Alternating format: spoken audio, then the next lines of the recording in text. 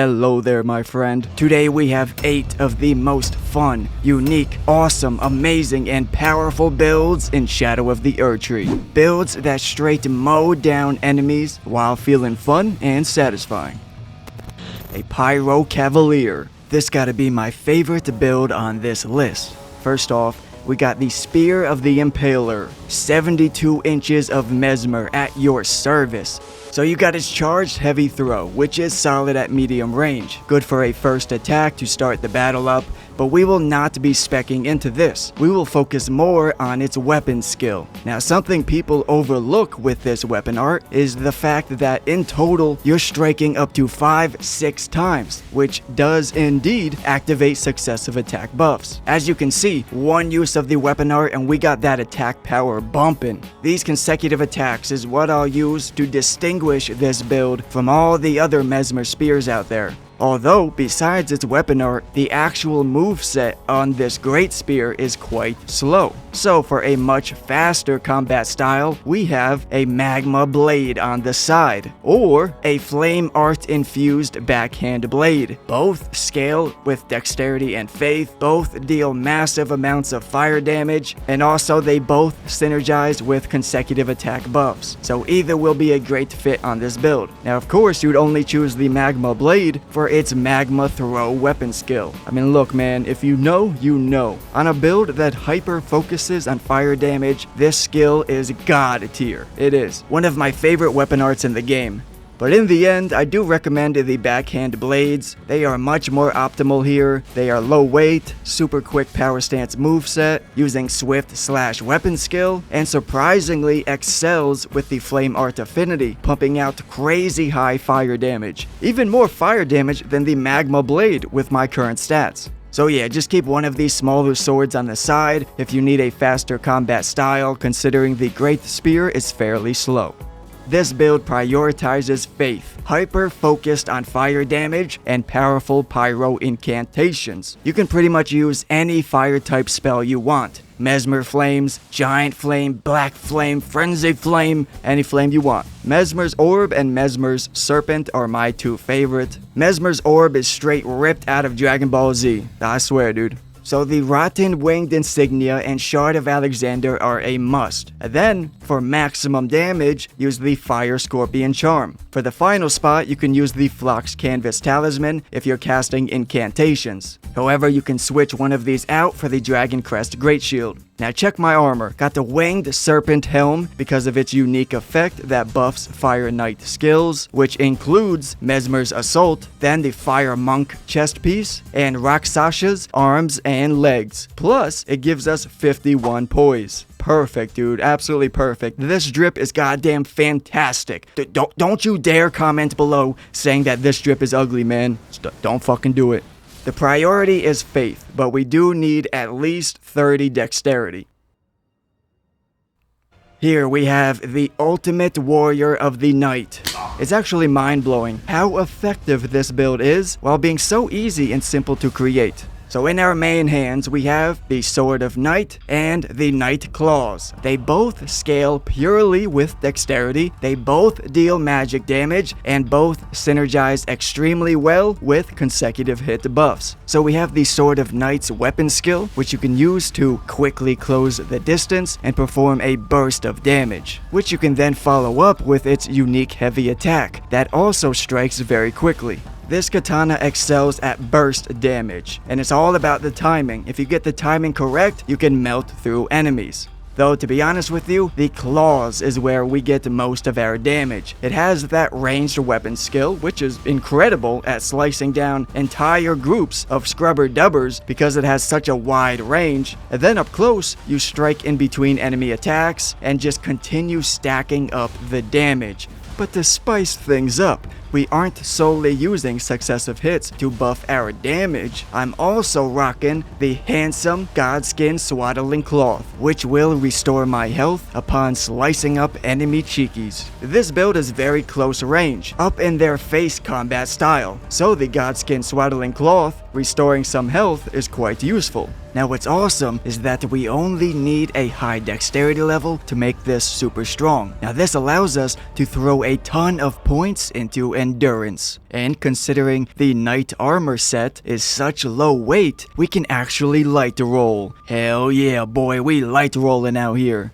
Now this completes the build. Light roll pairs very well with the katana and knight claws fighting style. Now you don't have to light roll, but I highly recommend it on this build. It just makes sense. The third aspect of this knight build is the shield, which actually is useful because this offers us a viable way to counter any spellcasters that attack us. You can repel enemy spells with this shield by blocking, then throwing it right back with the weapon skill.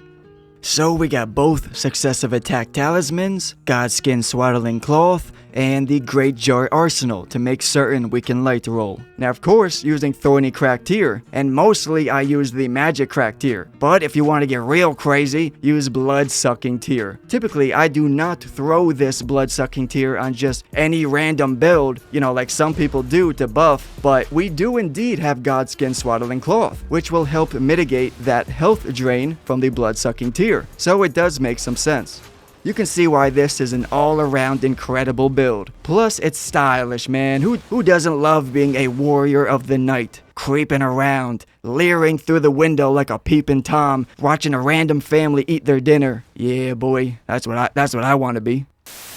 This here is a samurai who went out on a mission but was left behind and was lost for far too long. He's beginning to lose his humanity. Every other life form he sees, he instantly feels a murderous rage towards it. He killed a fellow member of his clan and stole his katana, so now he wields two dual-wielding great katanas for giant jump attacks. Now that's the goal here, focusing on the great katana moveset while proccing frost for extra damage. Though this build does have several forms of attack, so it's very versatile. I have a cold great katana in my main hand with the divine beast frost stomp. This all but guarantees that I proc frost on my target with a nice AoE blast. Now I haven't seen many people dual wield the great katanas yet, but dude, it is quite satisfying. Got great running and great jumping attacks. Then the Rock Sasha Katana in my left hand. This grants a strong power stance. If I really need to straight mow down my enemies, I whip this bad boy out and capitalize on its hyper armor. Use its weapon skill for deadly strikes, plowing through everything. The Rock Sasha will synergize the best on a mainly dexterity build like this. Now if the dual Great Katana moveset is feeling a little slow, a little heavy for the situation, that's when you put the dukes up, ready to tussle with Dane's footwork. Transform into a foot fairy, get some hand-to-hand action going on. Cold Dane's footwork, proccing frost with the whirlwind kick Ash of War. This is great to just quickly swap in, perform the weapon skill because it's fast, it staggers, it procs frost, it gets the job done. And is a unique combat style compared to the dual great katanas.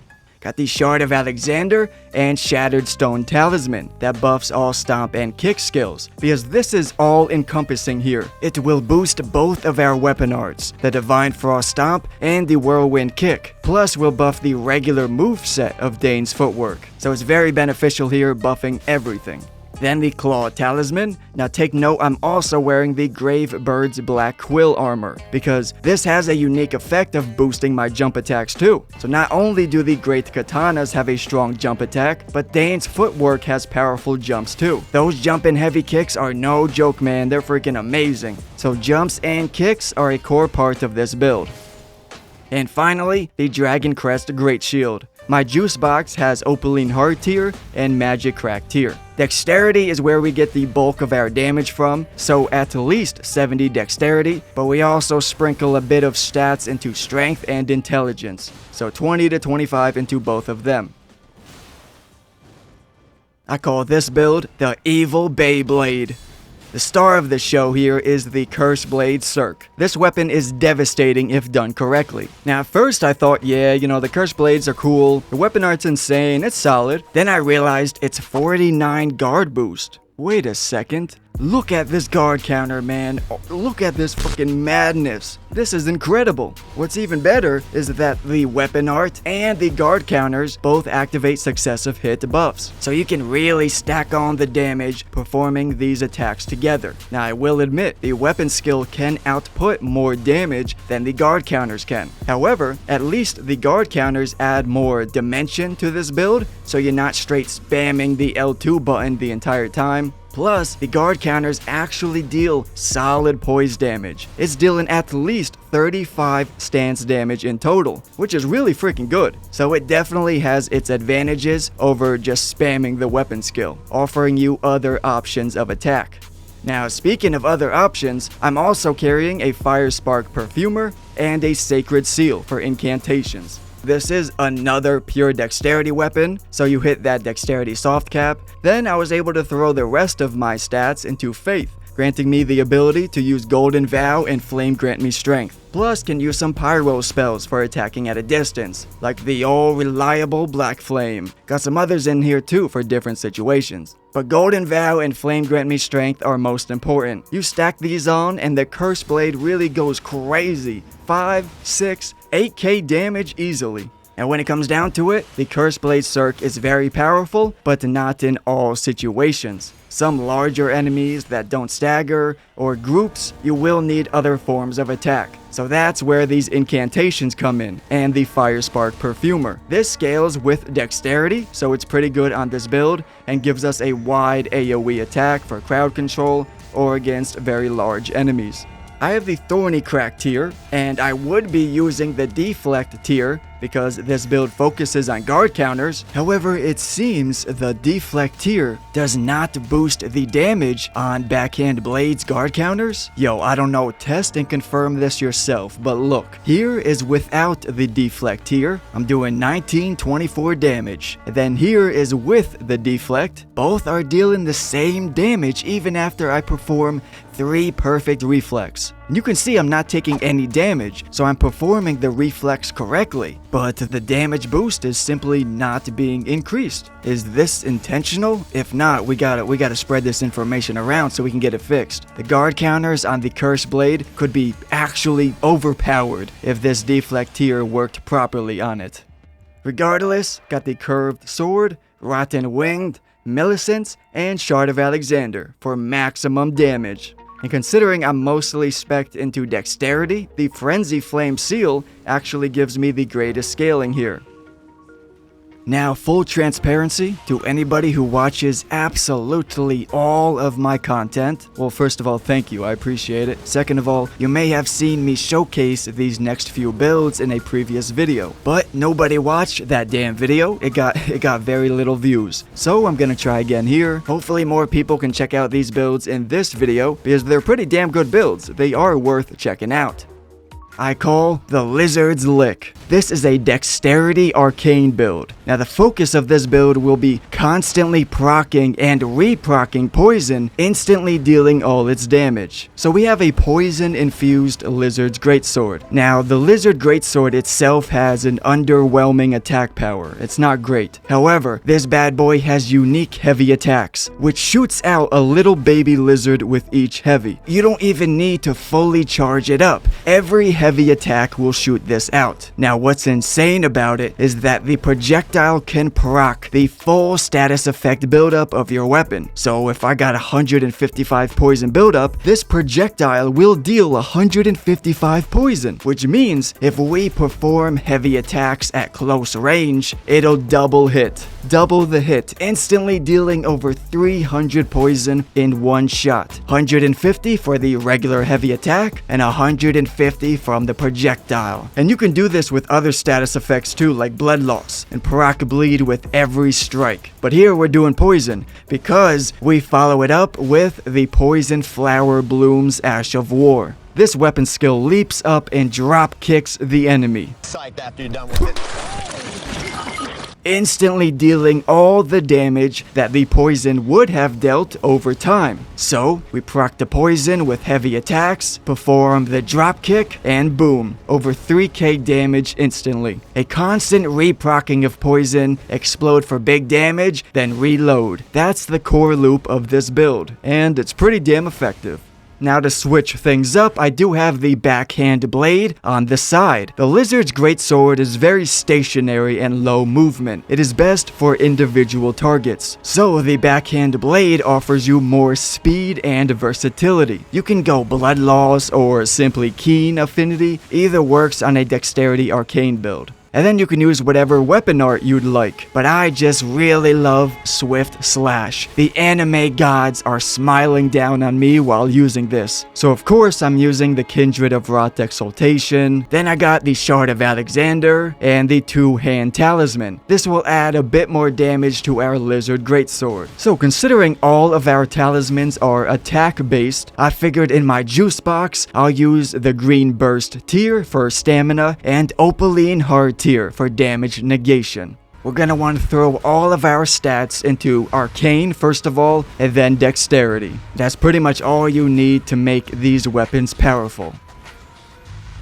Up next, we have a Pure Caster, a super fucking nuker build, dropping electric nukes. Now this build only works in a particular way, so listen up. First off, we have the Flower Stone Gravel. Its weapon skill is lightning damage, and its unique effect is that it reduces the enemy's lightning resistance. So when you strike a target with the red lightning bolt skill, it reduces its lightning resistance by upwards of 17%. This weapon skill scales purely with Arcane, so you focus on your Arcane level, upwards of 55 Arcane, and then your Faith level, around 40 Faith, and finally have a minimal strength level simply to meet the requirements for the Gravelstone Hammer. This will, firstly, make the Flowerstone Gravel's weapon art a fucking beamer, dude. It's like an alien is dropping laser beams down from the mothership. A high Arcane level will have this dealing 2,000-3,000 damage easily.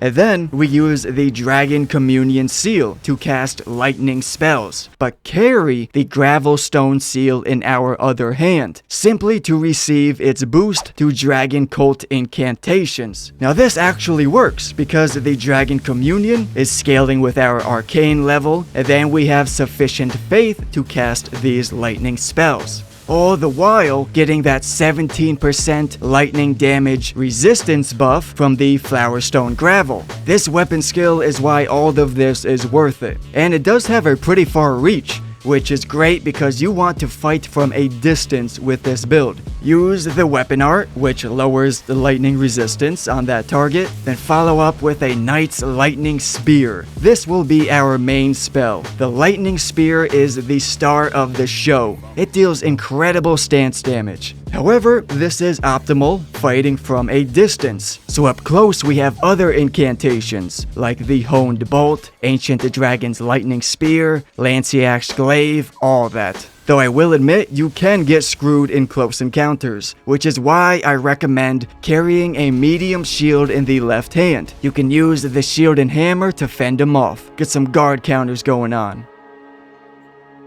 I am also wearing the Death Knight armor set, which buffs the Dragon Cult incantations. Now this is important here, you want to make sure you're wearing this set. Then first off, I'm using Godfrey's icon, as this will benefit most of our incantations, as well as the Flowerstone weapon skill. And then I got Lightning Scorpion Charm, Phlox Canvas Talisman, and finally Shard of Alexander. And then in my juice box, we got Lightning Crack tier and Opaline Heart tier because we definitely could use some extra damage negation. So as I said before, our priority is our Arcane level. This will give us the bulk of our damage. You will certainly want a high Mind level as well, because everything we do consumes FP. Now here we have a very simple build that is easy to create.